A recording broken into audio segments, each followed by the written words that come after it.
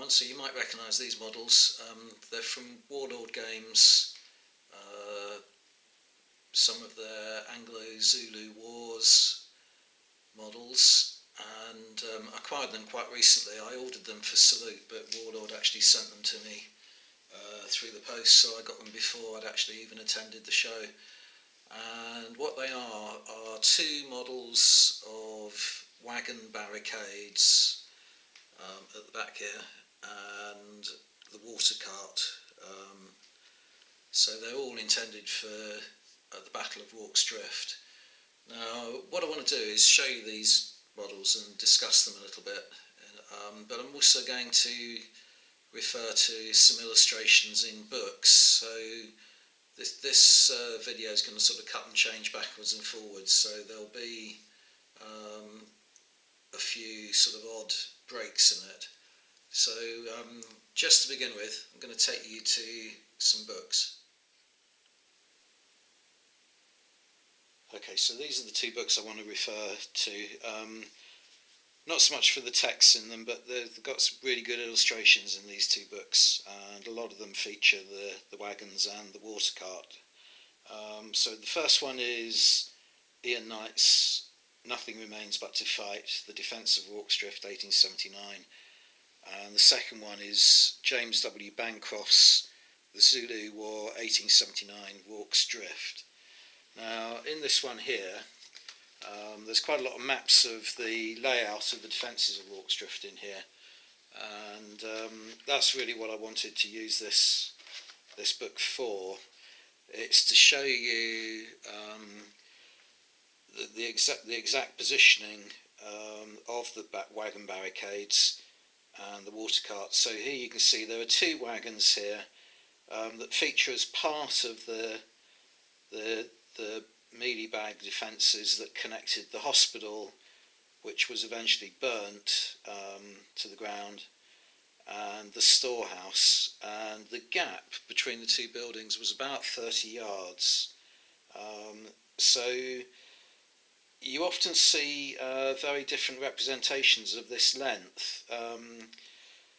30 yards isn't that large distance really, and very often you'll find that the wagons themselves occupy quite a much larger proportion of this than this map suggests. So they were the two wagons anyway that were formed into part of the defences, but there were other wagons dotted around Rorke's Drift. It was a depot. It was intended as a sort of depot for the centre column, and you can see here there's another wagon just outside of what is described as the rough kraal here. The stone corral that was incorporated in the defences is in the crease of the book here. But anyway, so just to say that there were other wagons around, but these two particular wagons were heavily reinforced in their own right.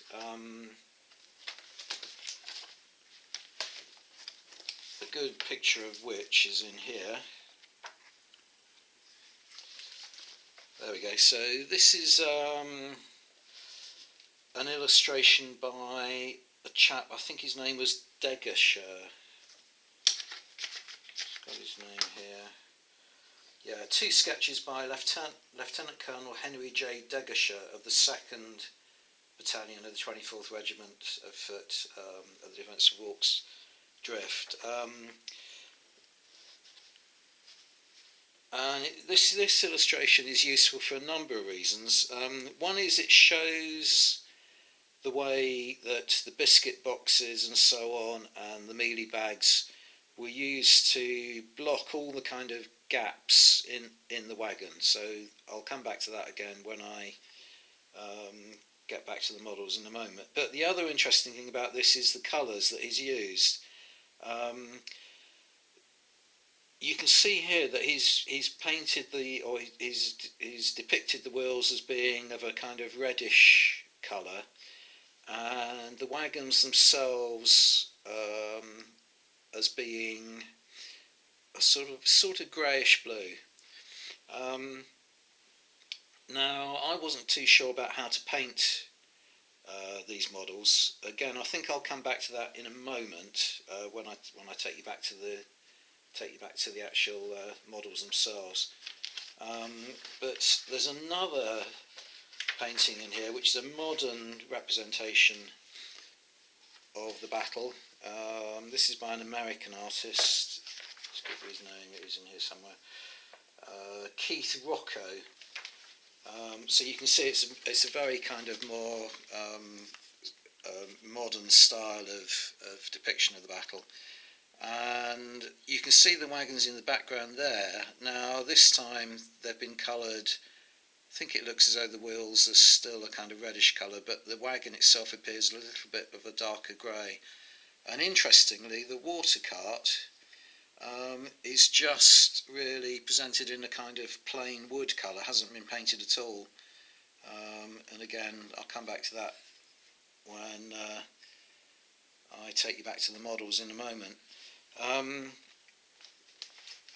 And there is also another illustration in here, which is, I believe, this is from the Royal Army Medical Corps Museum. I don't know where that's located.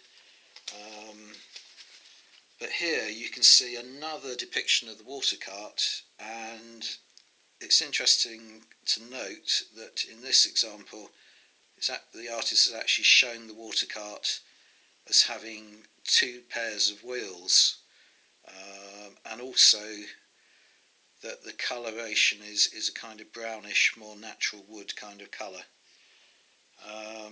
So let's go back to the models, and I want to discuss those in a little bit more detail.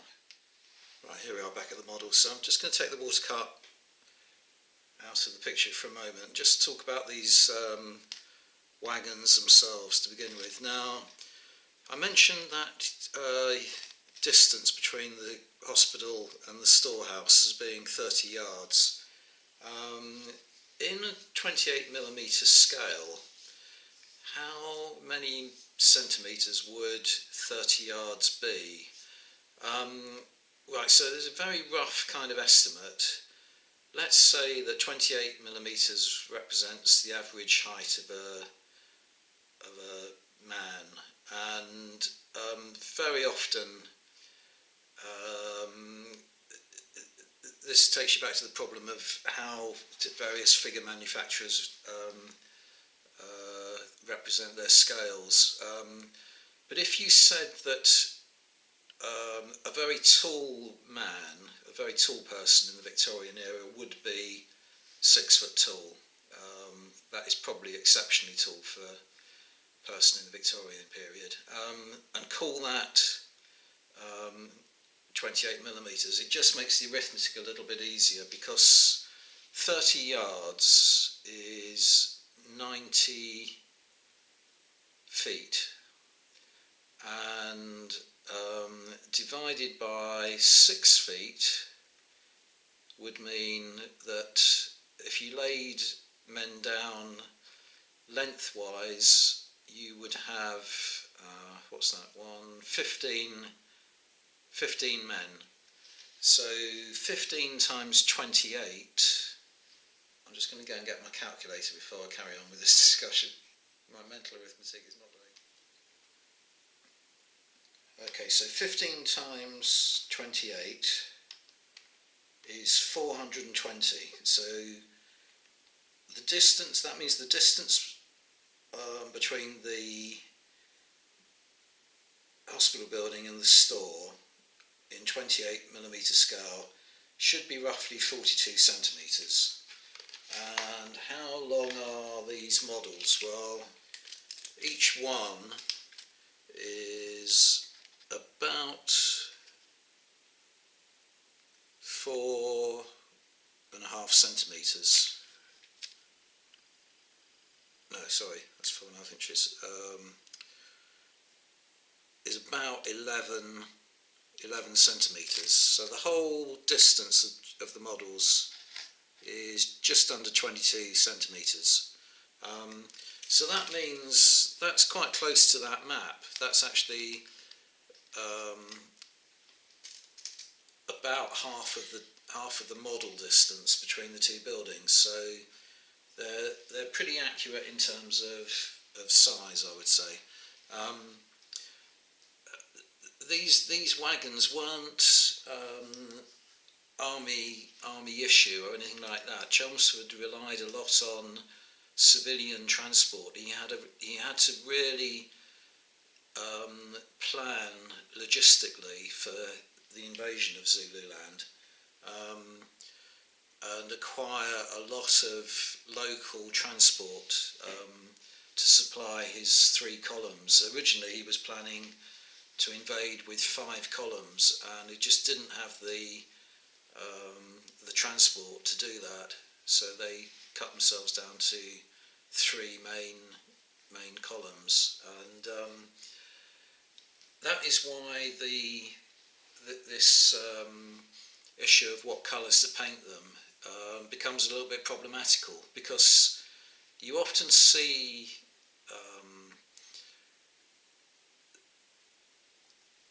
transport in films and in illustrations and so on. It was almost being painted as a kind of an official British Army sort of grey-blue, and I think these wagons and the water cart as well could have come in all kinds of different shades and different colours.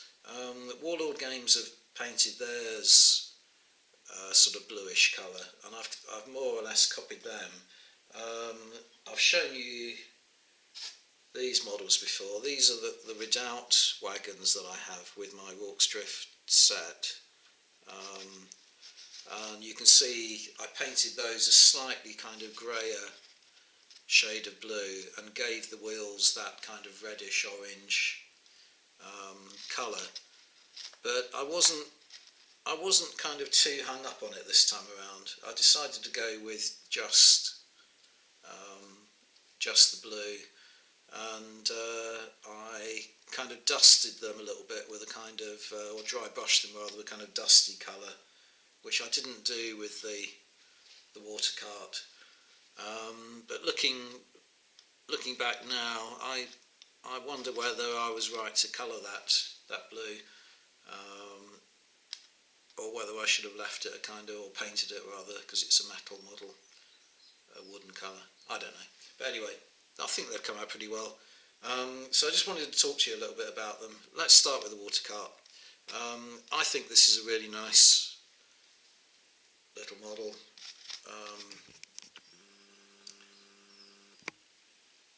There is another model available, which is by War Bases, and it's an MDF one, and I'm not so keen on MDF. I do prefer metal, and interesting to note, as I said earlier, it's depicted just with 1 pair of wheels. Whether that's accurate or not, I don't know. I think this particular model could come in handy for other periods and other conflicts and so on, because let's face it, all it is really is like a barrel or a water cask on wheels, so that could be any period for quite a long length of time. I don't think this is kind of pinned specifically to the Anglo Zulu Wars. Again, I'm not too sure, but the water cart did play quite a prominent role in the Battle of Rorke's Drift.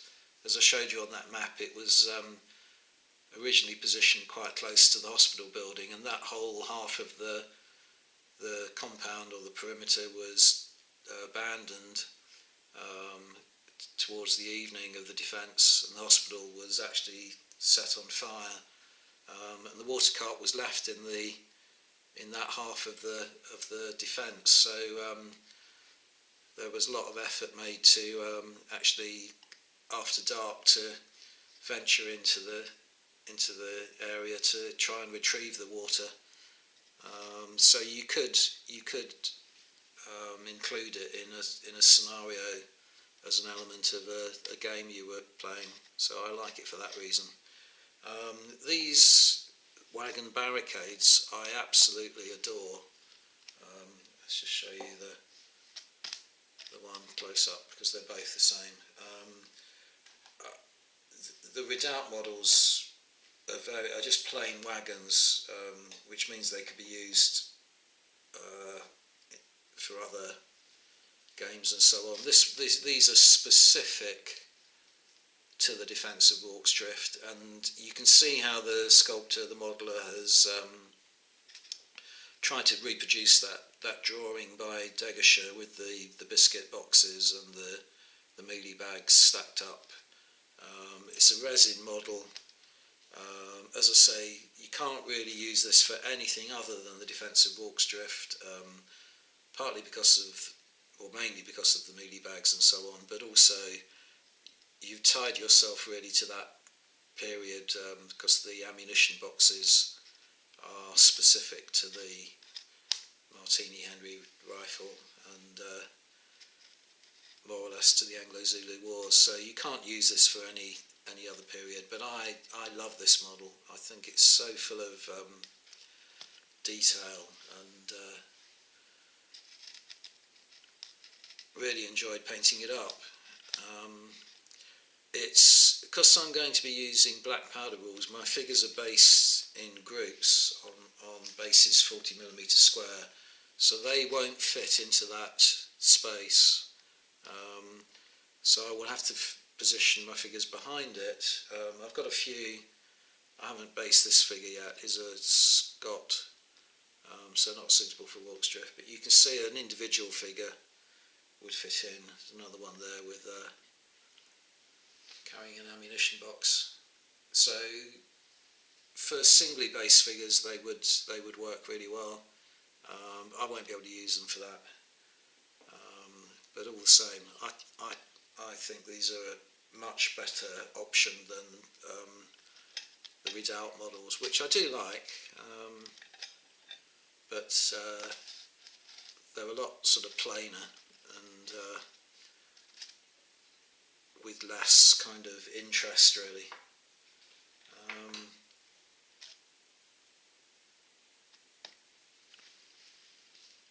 So yeah, I think that's everything I wanted to say about them. I'll throw up a couple of pictures at the end of the video. But another step forward in my Rorke's Drift project. Thanks very much for watching, everyone. Bye for now.